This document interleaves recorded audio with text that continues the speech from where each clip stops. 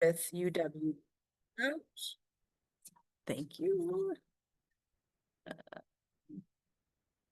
Biggest meeting we've had in a long time. We have Josie Law Liberty, the Child Support Director. We have Katie Gallagher, Public Health Director. We have Eric Atkinson, City of Menominee Administrator. And as we have other folks join us, we will add them to the roll call. In your packet, you should have meeting minutes from February 20th of 2025. If anyone would like to look those over and if I have a motion for approval, I'll move for approval. is there a second? Second.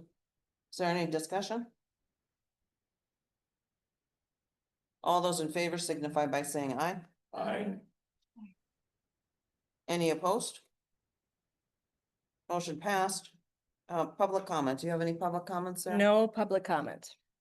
Number 5 is consideration for actions to be taken by the council. The CJCC as the overdose fatality review governance oversight committee. Sarah, do you want to explain that? Yes, so Public Health reached out to the CJCC, and the CJCC executive and operations did hear from Public Health on their ask. They're looking at establishing an overdose fatality review team, and they need a governance oversight body. So we do have Public Health on the call. We've got Lindsay Wyatt. She was just there. She is. Your tile changed places. So we got Lindsay Wyatt, and we also have Shelley Jo Metzger from the jail that are working on putting this overdose fatality team together. There was some information sent out in your packet to help just acquaint you, but I will share the floor with Lindsay to give a brief overview. Hello, everyone. My name is Lindsay Wyatt, and I am the public health educator for the Dunn County Health Department. I had fully intended to be in person today, so my apologies that I could not. That might be why there was feedback. We were having IT issues, and IT was supposed to come over before the alarm today, and now we haven't gotten any help. We put some microphones. Are you on the slide? TV or audio? Oh, on that maybe? Okay, we're gonna have to move the microphone. Oh, we got Chris Corpola joining us. But No?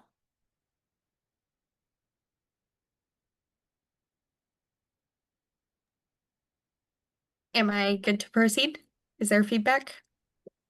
There's not feedback, but there's not very good sound. Isn't your microphone on this side? All right, try again, would you? Hello? Better. Okay, go ahead, would you? Yeah. Y'all can hear me relatively clearly to pick up what I'm saying in the room? Sure. Okay, perfect. So my name is Lindsay Wyatt. I am the public health educator for the Dunn County Health Department. Apologies I couldn't be in person today. That was my intention, but I'm glad that I could be in the space. Thank you for having me. I did want to provide an overview of the overdose fatality review team. If you have not heard of an overdose fatality review team, what it is an evidence-based strategy to prevent future overdoses.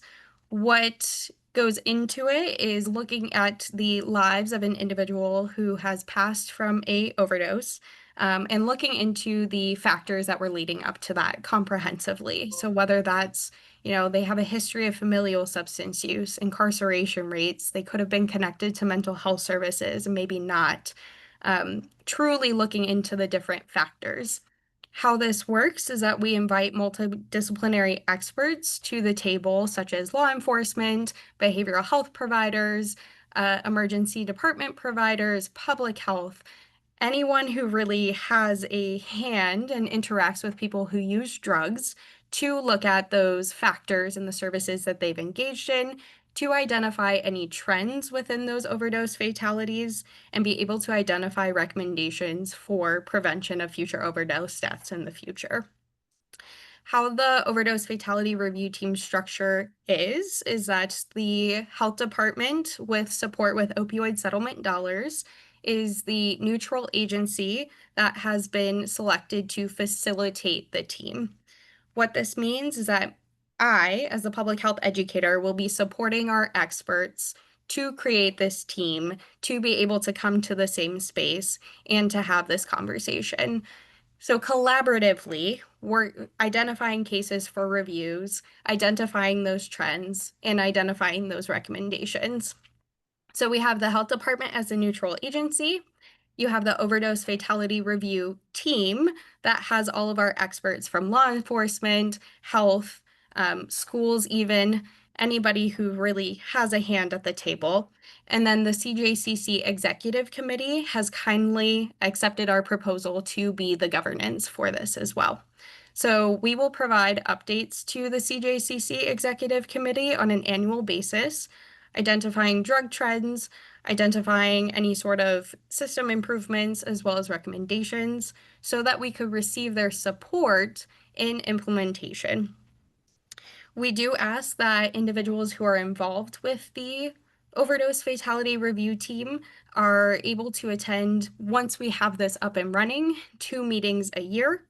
The structure of these meetings will be going over any pertinent information, any relevant drug trend updates. We will have a portion for information sharing. So, for example, the medical examiner will have the time to be able to discuss cause of death, how that works. And then the other half of our meetings will be for that case review, really looking into those factors, those services, that individual's life leading up to their fatality. Then we will develop recommendations, and through that, we will bring that to CJCC on an annual basis.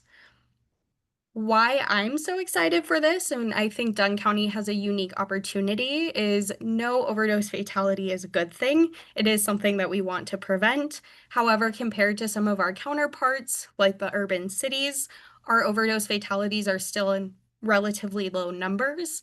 I think that gives us the opportunity to truly take a deep dive and identify those trends to be proactive and create a better system so we can prevent overdose deaths in our community. This is also Dunn County's first fatality review team. So if we can do this successfully, we are hoping that this can pave the way for other preventable deaths as well.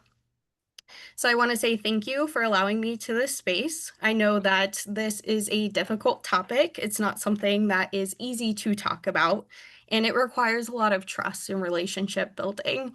And so if you ever have questions, if you want to meet one-on-one, this trust in me and the health department and our other partners is not something that I take lightly. So I'm always willing to meet and have a deeper conversation where desired. So that's it. I look forward to working with you, and please let me know if you have any follow-up questions.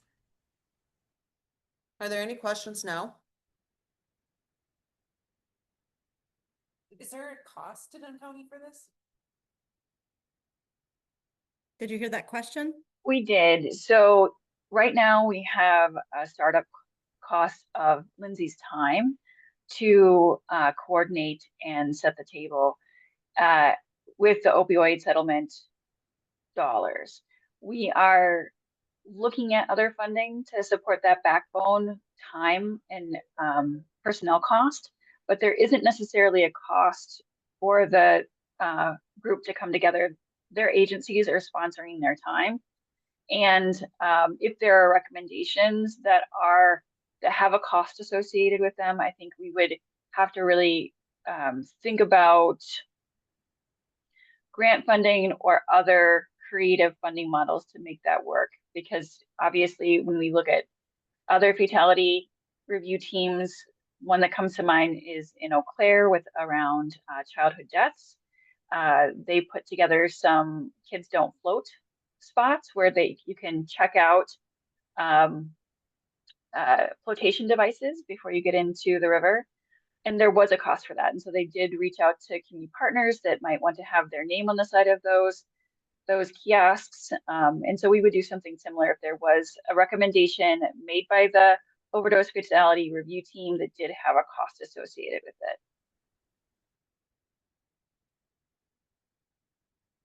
Are there any other questions? Does anyone have a motion? This was an action considered for action by the CJCC as to whether or not the CJCC should be the oversight group for the overdose fatality review governance.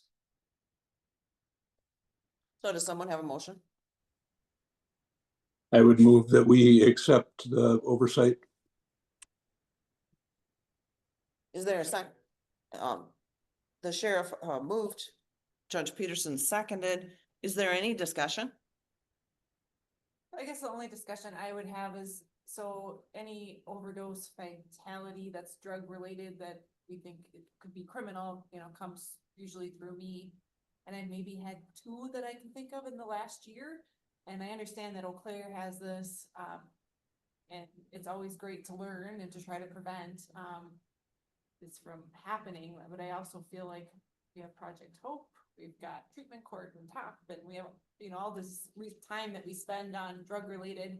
And I know Eau Claire has a much more substantial problem than we do. I just don't know if, given the numbers, if it's a good use of our time and resources, but I guess I'll, you know, defer to others. It's just what my initial questions were. Are there any other comments?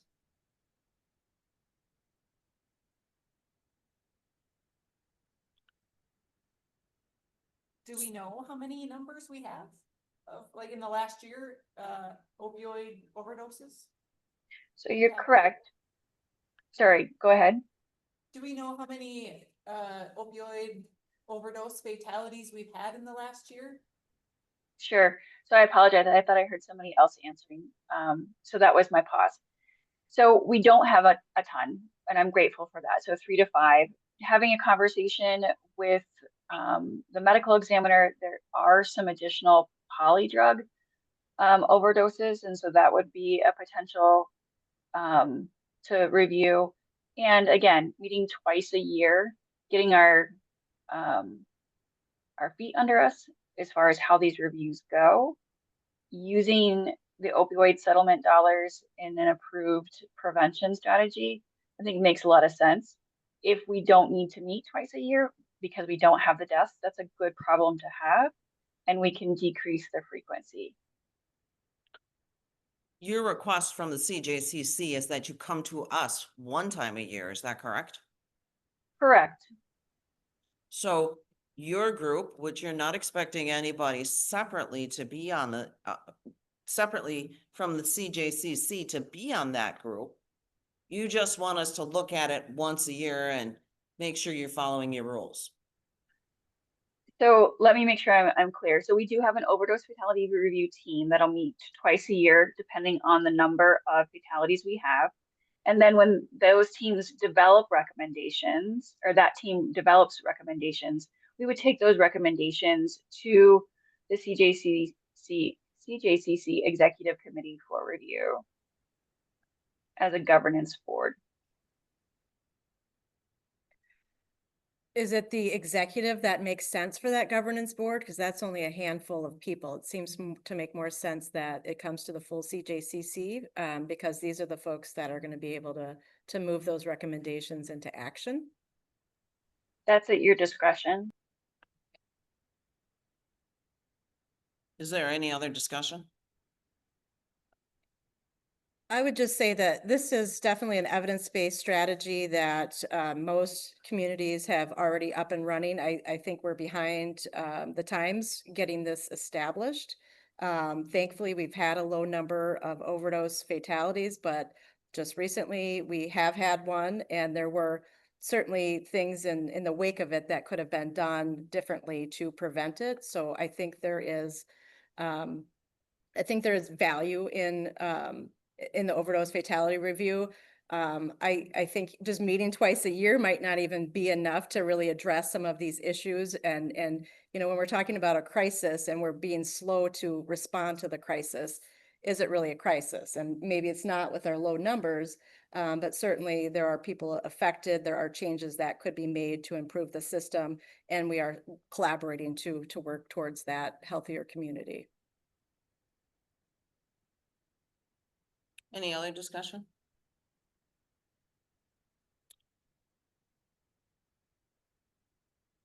So I'll call the vote. All those in favor signify by saying aye. Aye. Any opposed? And so that motion passes. The next issue on the agenda is bylaw changes to reduce the number of CJCC voting membership. And it lists the number of people that could be removed: the child support director, the public health director, city of Menominee attorney, city of Menominee mayor, city of Menominee administrator, county board, law and judiciary chair. The reason to reduce the number of people on the CJCC is because we haven't been getting a quorum. And so our CJCC is much less effective because we don't have a quorum. And so one way to address that is to look at the numbers of people that come. And if we think they could be removed, then we talked about it at our executive committee meeting and listed these people.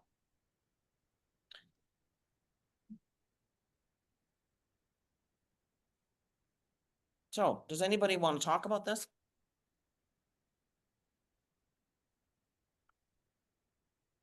Sure. Is it okay if I say something? You go ahead. This is Eric. So a couple things on there. So speaking on behalf of Mayor Kanak, he has ended up taking a job that takes time away from the CJCC. Essentially, he is driving bus right now, and he ends up driving usually till about like 4:15. In fact, he's delayed today because of the schools holding the kids back due to the emergency. So I do anticipate him coming here within the next 10 minutes. With that being said, he would still like to participate if possible, and then him and I had a discussion about it if he'd be willing to have a proxy go in his place. And then in turn, I had a discussion with Sarah Benedict about if that was okay, and her thoughts were if that was just once in a while, that might be fine. And then this is where I'm just going to end up apologizing to the group, is that I had thought, well, I could serve as the proxy. And then I'm looking at the agenda shortly after that. There I am on the agenda. So it had, yeah, I know Chris is laughing at me over there all the way into retirement. And so embarrassingly enough that I'm on it. So couple things in short. So happy to attend. And I apologize if my absence is caused for a lack of a quorum or for the mayor. Moving forward, also on the city side of it, seeing city attorney or the prosecuting attorney up for removal, I think that's more than appropriate given our city prosecutor's time that she has to spend working with other clients as well. She's just not going to be able to move forward with this. Now, I respect whatever the wishes are of the CJCC. I respect everybody here that's on the call and that also serves in this group. I obviously had a big part of this and enjoyed being part of it for quite a long time. Would love to continue to be part of it. However, though, I do respect the wishes of this group. So if there are concerns about continuing to maintain a quorum, if you maintain having people from the city of Menominee on it, I certainly understand. If possible, and if this group is willing to continue to have the city administrator position and the mayor's position on it, we would certainly welcome that idea. Again, I will acquiesce to the wishes of the group and respect it. So I was just gonna say, I don't think there was never, it's not an intention to be exclusive, or if someone wants to participate and is able to commit to being here, have at it. Just that, what did we have, Sarah, 22? Yeah, we have 22 voting members currently. Right, so then we had to have 11 for a quorum. And we didn't have a quorum all of last year. Well, that's terrible. I can appreciate wanting to make changes. That makes sense.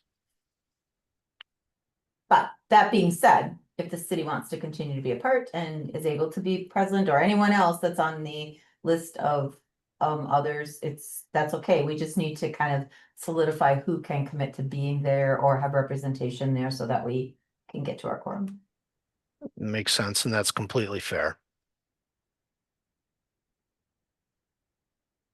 Does anybody else have anything they want to say? I would just Rosie. share that. I'm sorry. You go ahead, KT. We'll call on Josie in a minute. Is that okay?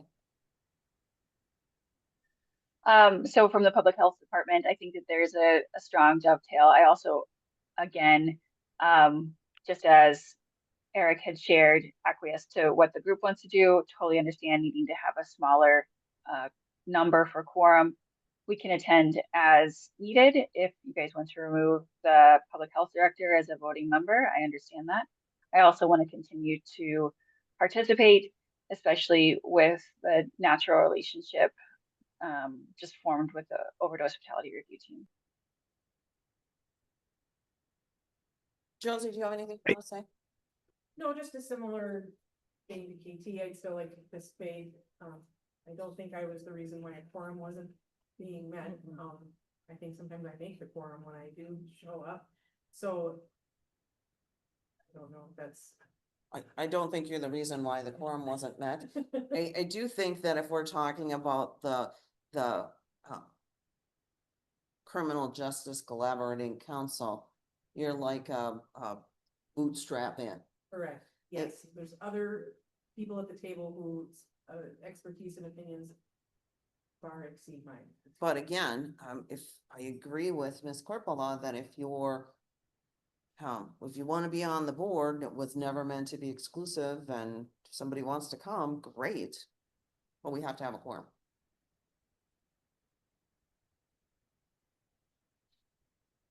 If I could jump in again real quick, would it be possible to, or amenable to this group, to adjust the bylaws to say like city administrator or mayor? Is that, or is it, or do you need to be more specific in that sense?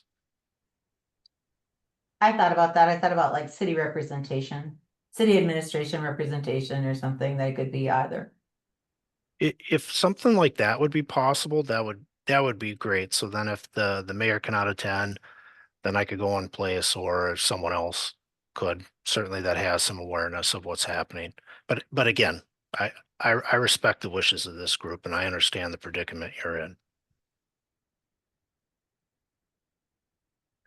You know, I always forget your name. Did you have something you wanted to say? Aren't you from judiciary? You're from the county board. From the county board. And I always And forget your name. Dunn. Done. No, I likewise, I think as being a committee member and a board member for the county, I think it's important to be here, as a member and have part of that voting proxy to represent the county. So. And you just came on to the county board in This April. is my second meeting here. Came into here in April, county board a year ago. I think we've only had 2 meetings or something like that since you've been on, and so Made them both. I think you came up to all of you that you caught. Supervisor Jetson is a designee of Chair McAuliffe. Yes. So the Judiciary and Law Committee Chair is a separate person. Well, I think having somebody from the county board is a good idea, and we're just as happy with Don, who's Yes. coming all the time. Who's on that Judiciary and Law Committee? Yep. Just Absolutely. there. Yep. So, is there anybody that we have on the list that we didn't talk to or talk about?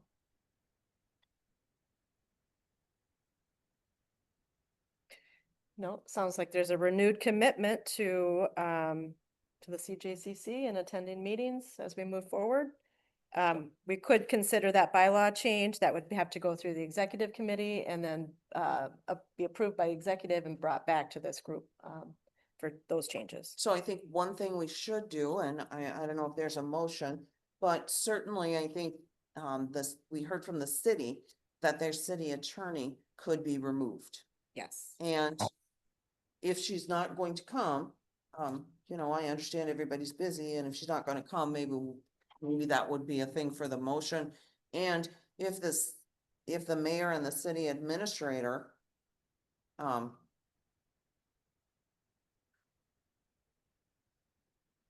if we wanted to combine them, or if we wanted to say, leave the mayor on, remove the administrator, and have, Eric come, as a fill-in, you know, as a designee, without changing the bylaws. Then we wouldn't have to come back and do this again next month.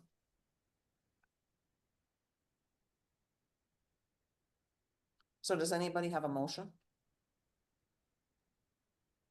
Sorry, I'm listening to storm chasers and trees down all over the county here, but I would make a motion that we narrow the CJCC down to one representation from the city administration, whether that be the city administrator or the mayor. You know, dealer's choice on who wants to come. And then remove the city attorney and only and have the judiciary and law chair removed, so there's only one representative from the county board. Sorry, I'm trying to multitask, but I think that covers my motion, and I think that would reduce us by 3 voting members. So do we have a county board member that's supposed to come? I think Yeah. that, Don would still continue to come as the county board chair representative. Here from public health, do they want to continue? I think KT does want to continue, especially with the drug overdose stuff. Yeah, I think it's important that now if we're taking over the oversight of that.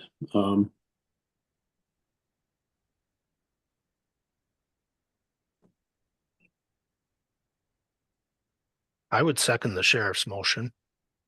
Okay.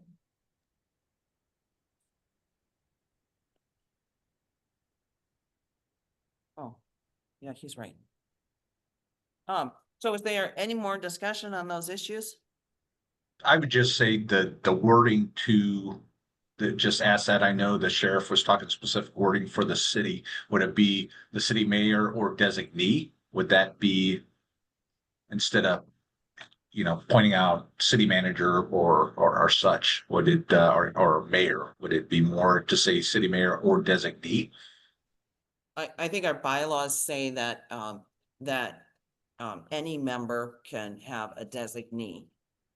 And so I don't think we have to have special language for it. I think we can just, eliminate, the city administrator, leave the mayor, and then he can have Eric be his designee without us saying anything about it.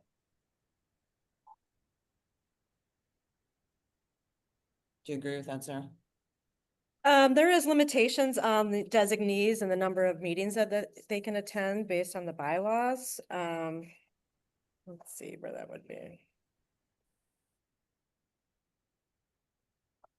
Mhm. See.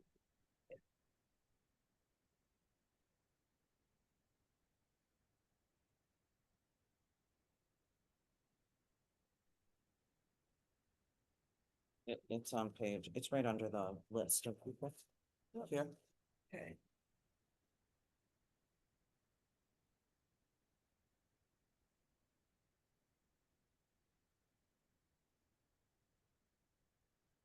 So, right, so on the middle of page 3, it says any council member excluding the appointed member wishing to appoint a designee is to identify the designee in writing to the chair of the council.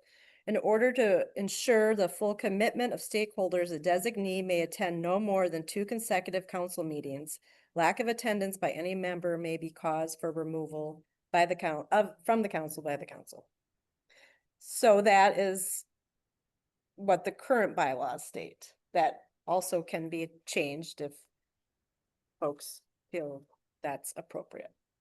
I think though, if we're gonna change that language, that we have to go through the executive committee Yes. and we have to put up notice. Yes. Yes. So I think the only thing we can do today is determine if we're gonna remove any of these people.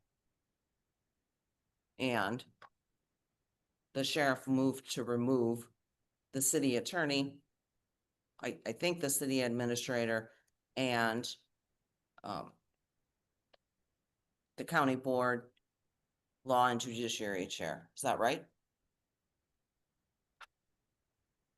So- Yeah, I guess, yeah.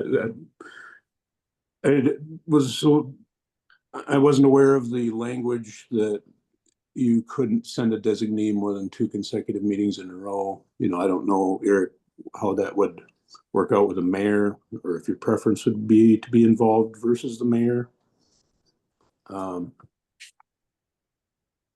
You know, I think it's important, you know, the PD is represented, but I think the city administrations, it's important to be represented. I think, Sheriff, we can take that up at the executive committee meeting. We can put it on the agenda, and then it can come, and then that change of language for a designee can come at the next CJCC meeting. Sure. No, it sounds good. Madam Chair, I would support that because right now I don't feel I could speak specifically for the mayor if he can make enough of the meetings or what his wishes would be on that part. So is there any more discussion on those 3 people being removed as voting members from the CJCC? And for clarity, that's 5B, Roman numeral 3, 5, 6. Are removed? Yes. 3, 5, 6. Yes. If there's no more discussion, all those in favor signify by saying aye. Aye. Aye. Any opposed? So the motion's passed. Number 6 is CJCC 2024 Annual Report Highlights and Data Presentation. Sarah, Okay, you're up. all right, we'll do a share screen here.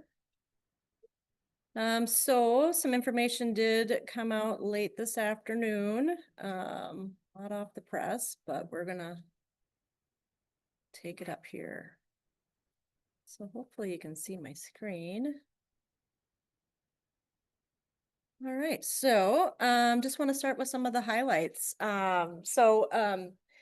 Next Wednesday, the CJCC is up for the annual county board presentation. So this is kind of a preview of that presentation, but certainly relevant to the work because it's the work of the council. But in 2024, we had 4 goals, and that was really to maintain our in general, we wanted to maintain all of our programs, our collaborative programs and the grant funding. But specifically, we wanted to ensure that the medication assisted treatment program in jail had funding. That was a grant funded program that was potentially, the grant was ending, but we were successful in receiving another grant. So we do have Shelley Jo Metzger, who's a licensed substance use counselor. She works full-time in the jail. Her funding comes from a Department of Justice grant, but also from our local opioid settlement dollars. That was our 25% match that we were able to thankfully get approval from the county to use those funds to sustain our substance use counselor. We continue to have medication assisted treatment funding, but that is specifically for medication assisted treatment. So this new grant, and we'll get into it more with 2025, but it started in the fall where there was planning going on for a therapeutic community. So, but what we're looking at, I guess just a preview for 2025 is we are looking at getting some support through another grant for some additional reentry planning. So again, just continuing that program, continuing to refine it as we move ahead. Another goal that we had for 2024 was to fully implement the law enforcement deflection and diversion initiative. So that was one that is really ongoing with some of these programs that we're really trying to get up and running and institutionalize. The work is just not done in a year. So this is where both the city of Menominee, Dunn County Sheriff's Office are working closely together with the Project Hope initiatives. There's a number of grants out there that support these activities. Dylan Christ transitioned into that role in 2024. He's doing a fine job. And then we were able to secure more funding to support the law enforcement deflection and diversion efforts. So that's an additional 250,000 that we received for that program. And we'll get into the data in a little bit, but some of the one of the major funding streams that come out of that is Kaleidoscope Peer Support Center. We're able to expand their hours in 2024. We're looking to expand that even more in 2025. And they've already got some satellite offices up and running in 2025. Last year, we, as a CJCC, wanted to continue focused on that professional development. So every meeting, we wanted to have a chance for some education.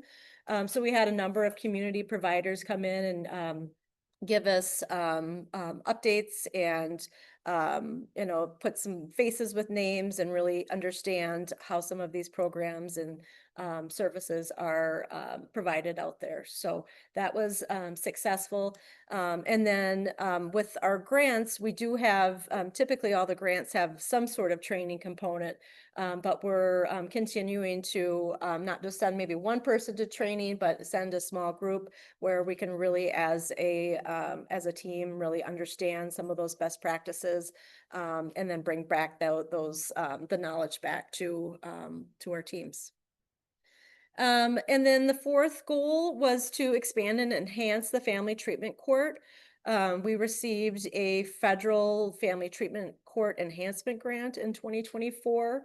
Or actually it was 2023, but it was implemented in 2024. We started having technical advisor meetings with our designated technical support. We initiated a peer support liaison to the team, so that's an enhancement. We also have a treatment provider, increase the time that she spends on the team. And then we also increased that mental health provider time on the team. Training opportunities was something that came out of this grant where we were able to really send the whole family treatment court team, or at least half of them at a crack, to some of these training opportunities, which again, those are the opportunities to learn together and develop good relationships. So those are some of the things. We also have quite a bit of money that was set aside for evidence-based programming for participants of family treatment court. And we were able to get Seeking Safety and evidence-based program up and running over at Arbor Place. So I think that's the highlights. A copy of the annual report did go out via email. It'll be presented to the county board next Thursday. If you would like to join us, we welcome you to be there for the presentation. It'll just be a short presentation, but it's really our chance to communicate with our elected officials on the value and the good work coming out of the CJCC. And this is a 22-page report, so I'm sure everyone will have a nice chance to read that later on. But moving on to the data, I'm going to again stop sharing and then, well, any questions before I plow right along here? Okay. Let's see. We're gonna go share.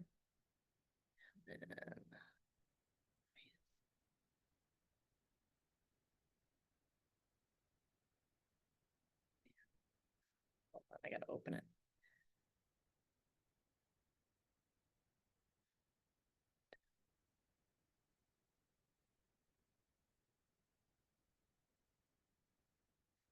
Here. I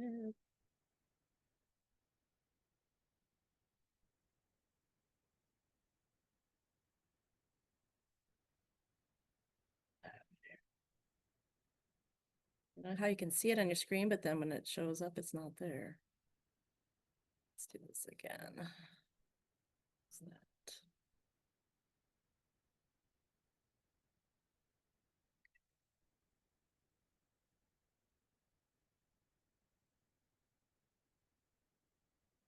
Well, for those of you that are in the room, you should have a hard copy of our data dashboard, and that's what we're going to dive into. For those of you that are appearing virtually. It should be in an email that was just sent out this afternoon. Is the 2024 data dashboard. So let me see if I can. I don't know. Yes.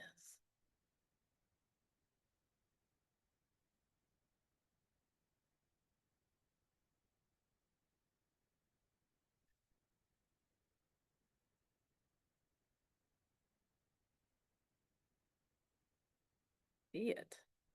Okay, anyways, I'm not gonna show it on the screen. We're just gonna walk through it. So does everybody have it pulled up on their screen? It'd probably be better to view anyways. All right, so let's dive in.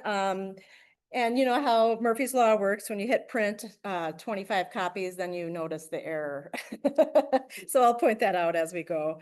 But this is something we've been doing since 2016, really looking at our data across the system and trying to compile it into a document. The document's getting a little bit crazy as the years have gone by, so we might need a little revamp in some of our information, but tons of information's packed in here. So I'm going to start with just kind of orienting us to what is here, and then we'll go into some of the highlights, and feel free to just shout out any questions that you might have. So we collect jail data, and these are ongoing measures. There was some change in what was getting collected and reported in 2024.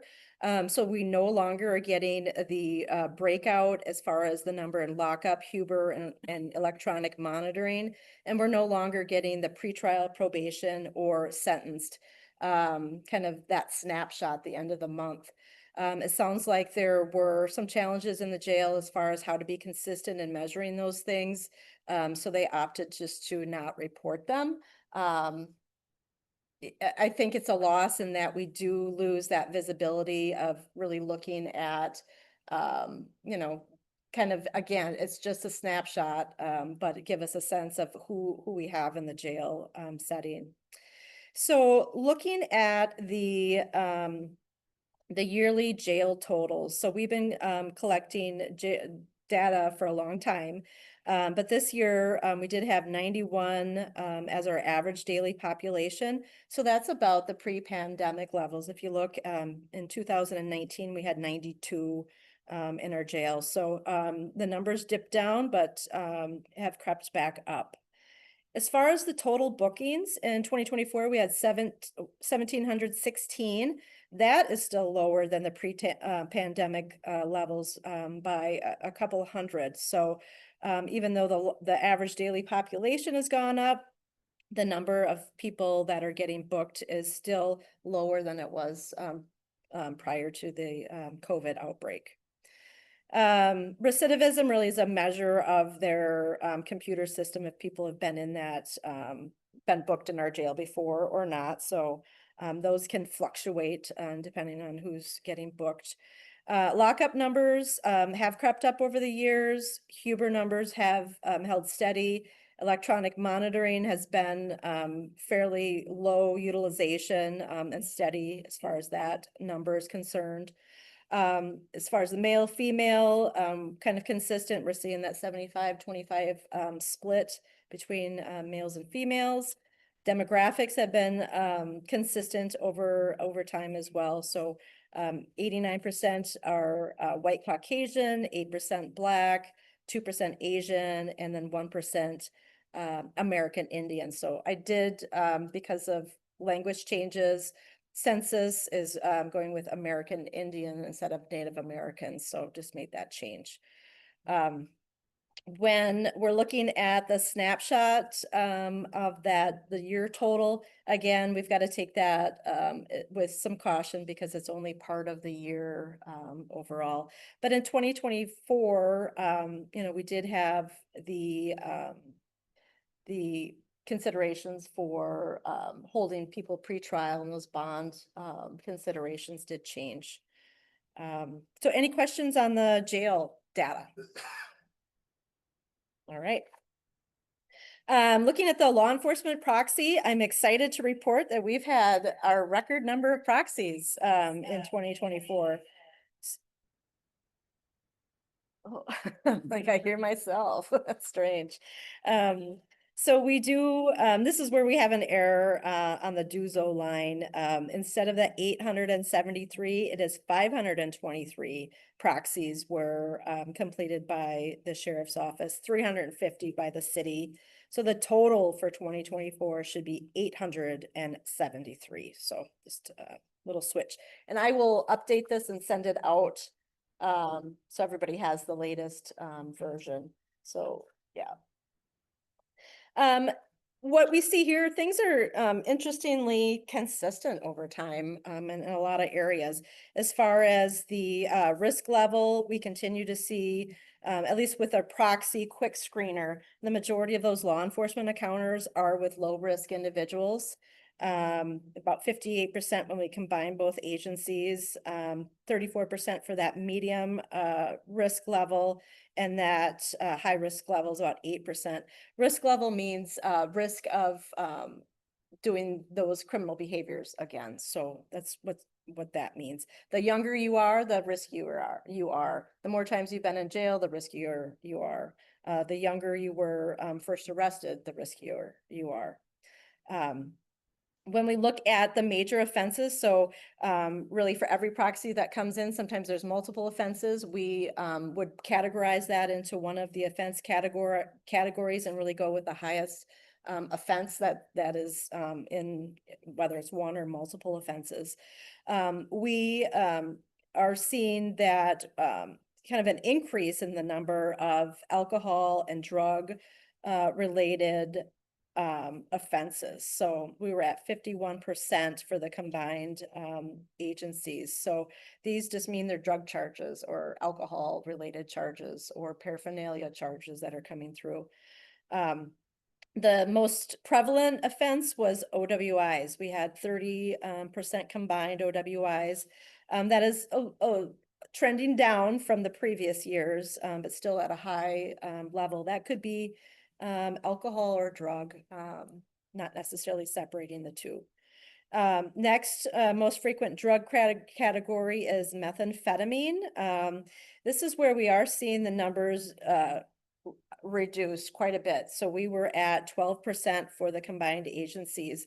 And you can see previous years, the meth numbers have been primary. So there are some changes going on as far as those encounters where law enforcement are submitting a proxy, less have methamphetamine charges. Do we have any, Sarah?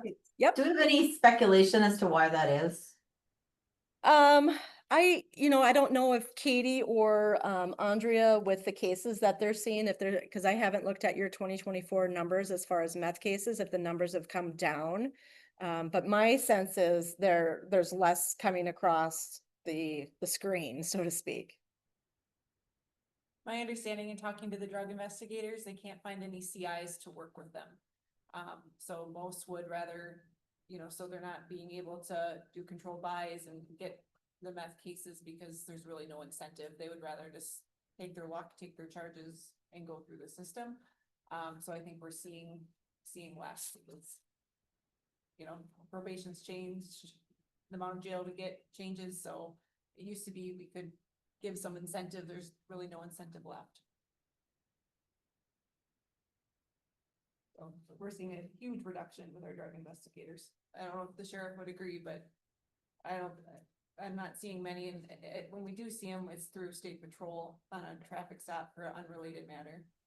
We're getting a lot more state patrol than we are from the drug investigators. No, I agree. I talked to our drug investigator, Dan Westland, about it, and he said the people that used to roll, they look at outcomes and know they're basically going to get slapped on the wrist and aren't willing to work with them. It's really the how to build good cases right now has changed.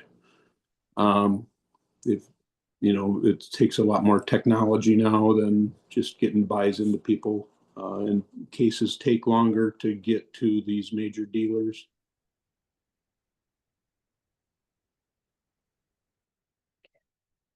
Any other thoughts? Kind of moving on to finish up the proxy data, THC, arrests have been going up and paraphernalia arrests have been going up. And that's just a general trend we're seeing there. Disorderly conduct continues to be that second most frequent, offense category. And then, operating after revocation is the third most, prevalent in 2024. That kind of goes back and forth with batteries. They're about 10% overall generally. And then you can see the stats there. So I would note that the number of probation kind of is creeping up a little bit. The number of stout students that are engaged with law enforcement are also slightly creeping up from 1% to 3%. Any questions there before we move along to the next page? All right, okay. Next, we have the clerk of court data. So always interesting to see just the volume of cases that come through our circuit courts. So in 2024, it was slightly down, about 2.5% or so. So just under 10,000 cases are scheduled in 2024. That's a busy courthouse over here. As far as the failures to appearance rate, they want us to really present things in a positive way. So 87% of those scheduled hearings, folks showed up for those hearings. But we have had a kind of a persistent failure to appear rate of about 13%. Overall, and that's whether they're getting phone or text messages or not. There tends to be just a continued group of individuals that are not necessarily showing up for their scheduled court hearings. These are not necessarily people that are absconding purposefully, or I should say absconding, like leaving to California or something. A lot of times they're here. It's feedback from my pretrial services coordinator said it's really, from her perspective, that disorganized lifestyle that some of the defendants have. And then there's a lot of complaints about law enforcement confiscating their phones, and they have no phone to sign up for things, or they get a new phone, and whether they signed up for a text message, it's not necessarily moving with their phones that they have, because they would have to kind of reset up that text message service. So overall, the rates have been fairly steady when we're looking at the appearance rate, and then also the failure to appear rate. Any questions or comments on the clerk of court data? Well, curious if you have any information about like a national average for this? Are we consistent with what occurs at other places? I'll relook that up, because when I went to a pretrial conference, because we have data, and I said what we had, most people were shocked that we have such a low failure to appear rate compared to other jurisdictions. So I'll bring that back, because it was actually quite interesting, and because I thought we were doing poorly. Forward Texas. Yeah. I think this was the Philadelphia trip from that same organization. Yep. So I will find that and bring that information back. All right. Moving along, we have the pretrial assessment protocol. So this is where a pretrial service coordinator is going into the jail. She's assessing people that were booked and held for a bond appearance. One thing to note, in 2023, we implemented the new PSA public safety assessment that does not require a face-to-face interview. So as you can see, the 2024 numbers went up quite a bit. There were 437 pretrial risk assessments completed. That's 56% of all those that were booked and held into jail. Of those that were booked and held, 34% were for failure to appear. So because they're not going to a scheduled court hearing, there's probably a warrant that goes out, and they're getting picked up and brought into jail, and then kind of brought to court that way. That's a fairly high number. It's kind of fluctuated throughout the years, but I mean, that's 270 individuals that the jail had to book for those missed hearings. Looking at the mental health screeners that are conducted into the jail. So the mental health and the substance use screeners are require a face-to-face interview, but there's just a short kind of screener to see if there are needs. Looking at the mental health screeners, 75% of the participants, so there's 235 conducted in 2024, 75% of them would have a high probability of a mental health diagnosis if they went to had a full assessment done. So that just tells you that, and that number has been creeping up. In 2017, as you can see in the chart, we were at about 53%. Now we're at 75%. So if you feel like there's more mental health issues going on with the populations that we're seeing, the data is showing that.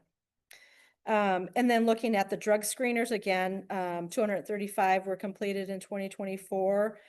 Interestingly here, meth has went down to second place, and alcohol has superseded as the most problematic substance, where 39% of those that participated in this survey said that alcohol was their major challenge.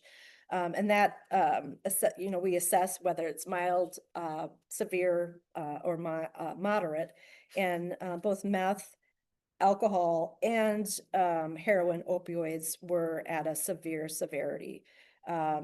So it just means that they have probably a diagnosable substance use disorder. So here, the numbers for meth have declined a little bit. The numbers for alcohol have increased. Marijuana's increased, and then the opioids have increased ever so slightly. We have less people reporting they don't have a problem, which is interesting. Because sometimes with these being voluntary, sometimes there's just concern about disclosing information, or just fear, or what's acceptable or socially acceptable. So it does make sense that alcohol might be a little bit easier to kind of talk about with somebody when you're first meeting them than some of these other hard drugs. But every time somebody's brought in, they have an opportunity to do an assessment. So sometimes there's the process to really fully disclose what's going on in order to get help. So what's neat about this is with that early assessment process, we are talking to them about resources, services. If somebody needs some treatment resources, we're talking about that right away, not waiting for that case to come to a conclusion at the end. This is also where some of the early referrals are coming from for the treatment opportunity program, family treatment court, to start just letting people know that they might be a good candidate. And that information is relayed to the courts, the DA, the prosecution, and used to inform those bond hearings and really give indications if people would be appropriate for programming or have mental health or substance use needs. Any questions before we move ahead?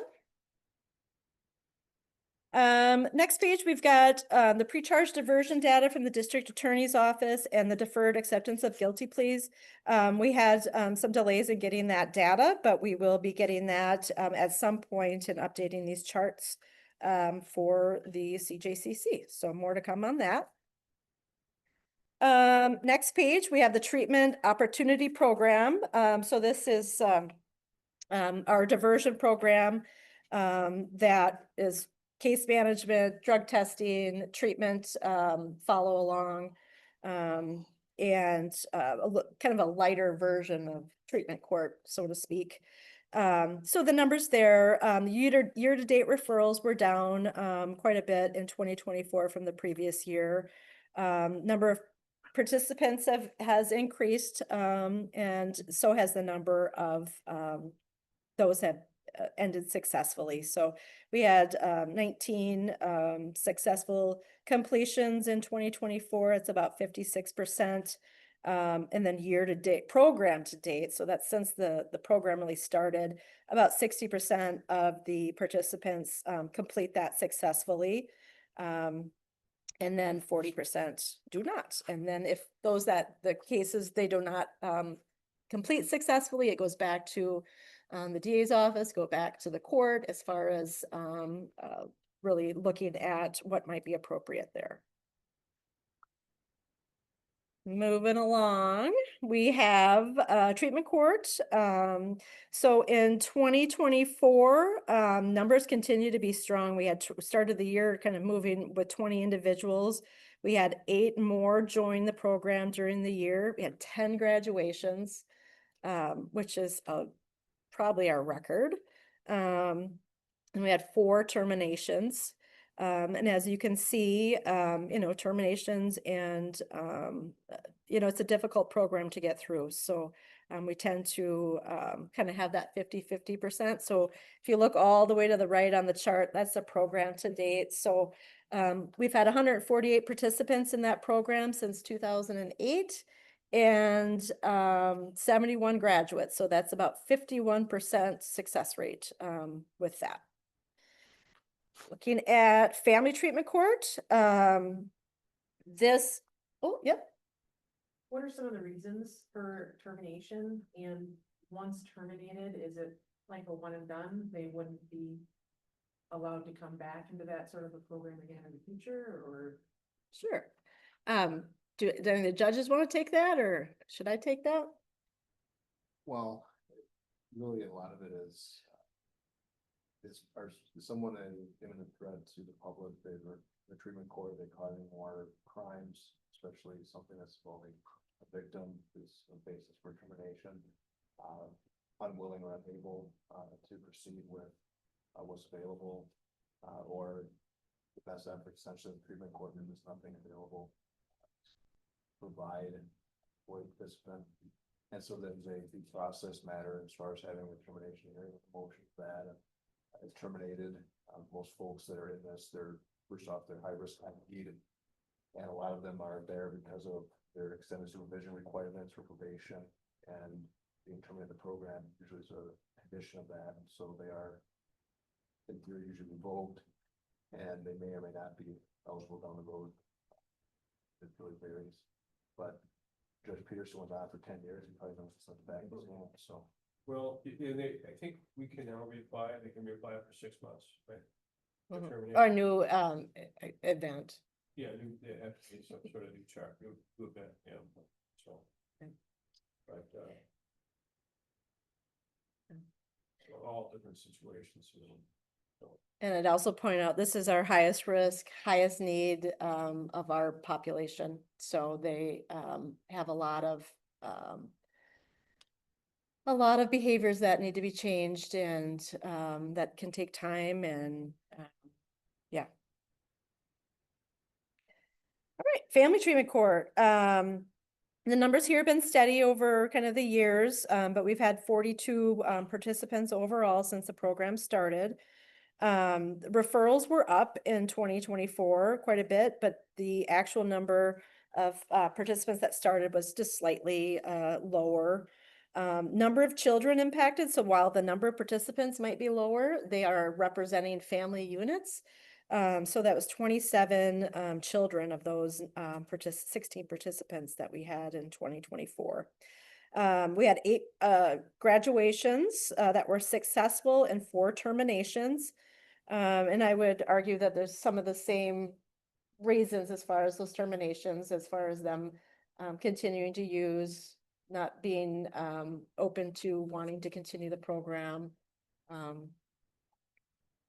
It's not a criminal program, so it's a little bit different in that we don't have that probation piece. Both programs are voluntary to some extent. But once we get people in the programs, our goal is to really keep them engaged and get them into treatment, because that's where we're going to have long-term changes overall. So yeah, the treatment court numbers continue to plug along. And again, this is individuals that are part of, have child abuse, neglect accusations that are substantiated and related to substance use. So really, by treating the substance use, we increase the health of the whole family. And I know we're over time here, and I know you guys just love data like I do, so just bear with me a couple more minutes. Going to our medication assisted treatment in jail. So numbers jumped quite a bit in 2024, where 95 individuals were referred for MAT. The jail's done a really good job in working in some basic questions at the booking. So if somebody is kind of getting flagged for substance use, they are kind of moving to the substance use counselor for further assessment. So numbers are quite a few were assessed. The enrollment numbers are a lot less. So we really looking at the opioid or alcohol are the only two FDA approved uses for MAT. And we tend to see more alcohol than opioid use disorder. But the medication is, this medication is just Vivitrol that we're giving. So one of the kind of changes for 2025 or enhancements for 2025 can be access to other kinds of medication assisted treatment. I wish there was MAT for everybody and every disorder, substance use disorder, because with opioid use disorder and alcohol use disorder, this medication does wonders.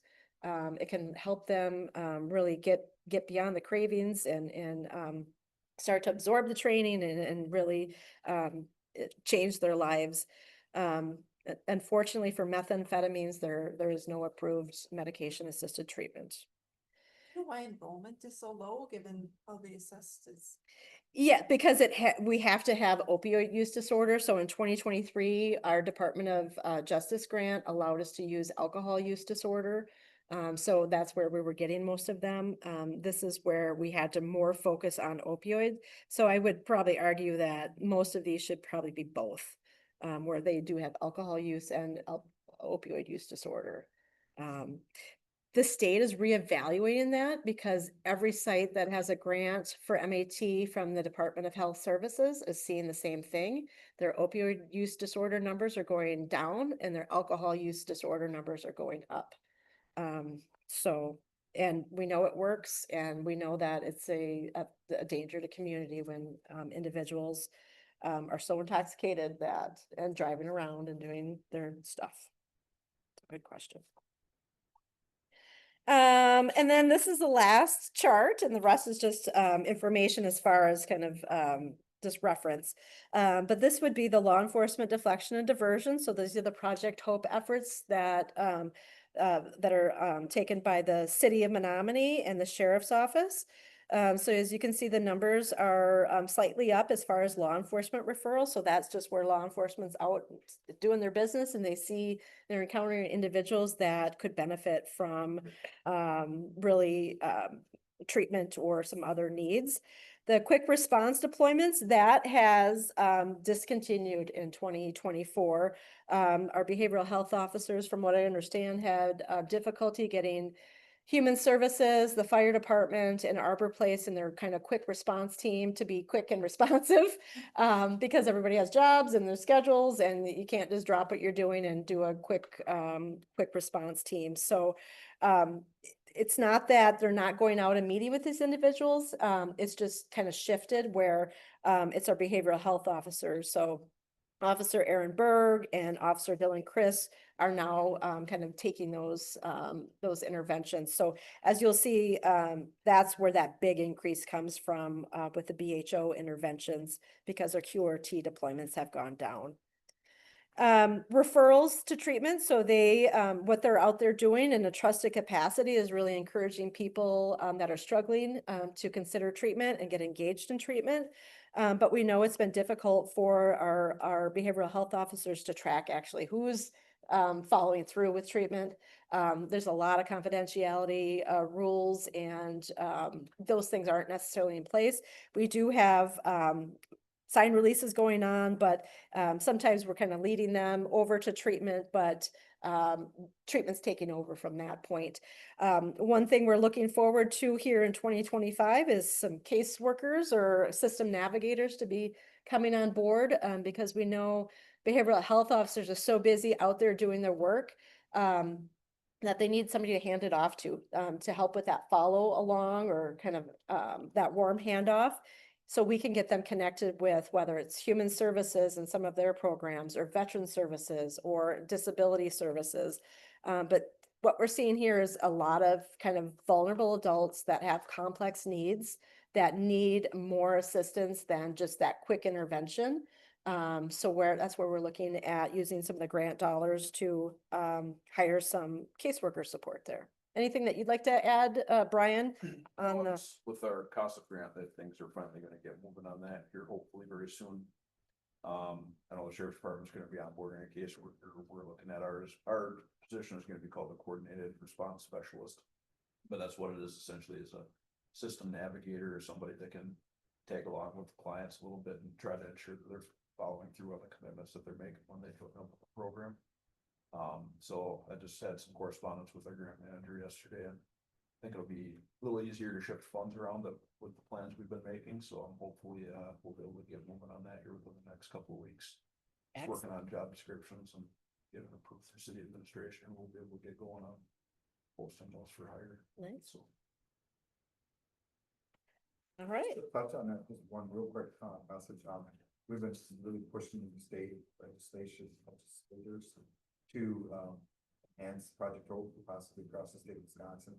You know, when Eric and I went down to the video for the House Ways and Means Committee down in Washington DC a year or so ago, but there is a possibility that Wisconsin look at something that will be funds to help fund similar programs to like Project Hope across the state. So whatever you do here in reports that are positive, help influence that. So thanks for that work. Yeah, thank you for that comment. And I know that Dunn County's got a lot of attention because of the partnership between the city and the county.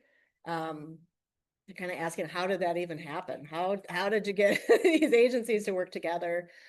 So I think it just reflects on the good relationships that both the police and the sheriff's office have, and they're working closely together to really deliver the program. So it's pretty neat and special. Sarah, we're running late. It's already 20 after, and you are staff report and grant updates. Do we want to skip that until next time? Everything's it's written in the report. I just want to highlight that also in the packet was the president's drug policy priorities. And as you see, law enforcement deflection and diversion is one of the top priorities, treatment courts. All the things that we're doing are consistent with the president and new administration's, priorities, which is encouraging. Agency updates, that's other agencies. Does anyone have an update? Next meeting dates, the CJCC Executive and Operations meeting is June 4th. The DNA collection and warrant fees mapping session is July 29th. And the quarterly CJCC is August 21st. Anyone have any questions or anything to add? Then I'll adjourn this meeting and I'll see you all on August 21st. Thank you. Thank you for coming. What's your? Wow. Well, we got through the tornado.